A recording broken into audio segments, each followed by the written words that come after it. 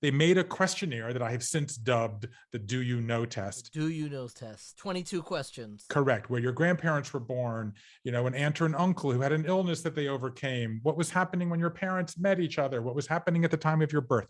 The children who knew more, who got the highest score, meaning they knew the most about their history, they were better able to navigate the ups and downs of their life. They compared with a rash of other studies. It was the number one predictor of a child's emotional well-being. For people listening for the first time, Yeah. I just want to jump in Please. and just how jarring and powerful that is for anybody sitting around a Pesach Seder, for anybody who's taking those 10 minutes, whether it's at dinner, it's at lunch. There is a correlation, this positive correlation, which for me animates, I've taken the test, so I'll be honest with you. I've had trouble finding the original 22 question test.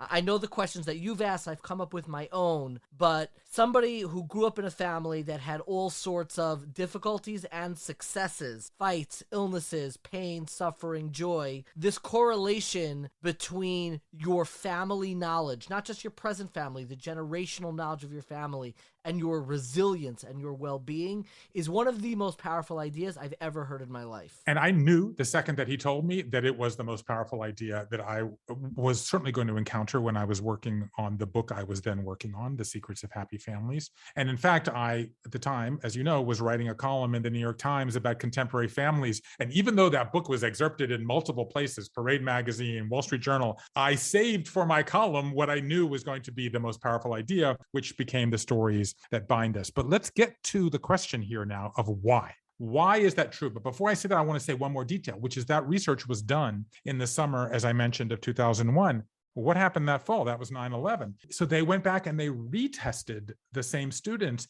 and the children who scored highest were better able to navigate that collective trauma. So we're now having this conversation almost a decade later: pandemic, war, public health crisis, political upheaval, recession, 50 million people quitting a job. So great turnover, great resignation in the workplace.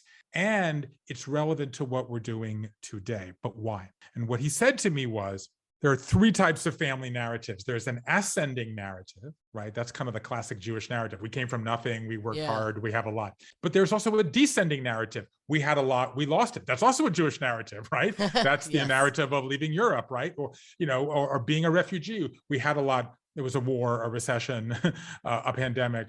We lost it all. Or there's an oscillating family narrative, right? Grandpa came here. He was the first of his family. He worked hard, became the vice president of a bank. His house burned down. His daughter was the first to go to college, right? And got a good job. She had breast cancer. And the children who understand that their family oscillates, they understand that their life oscillates.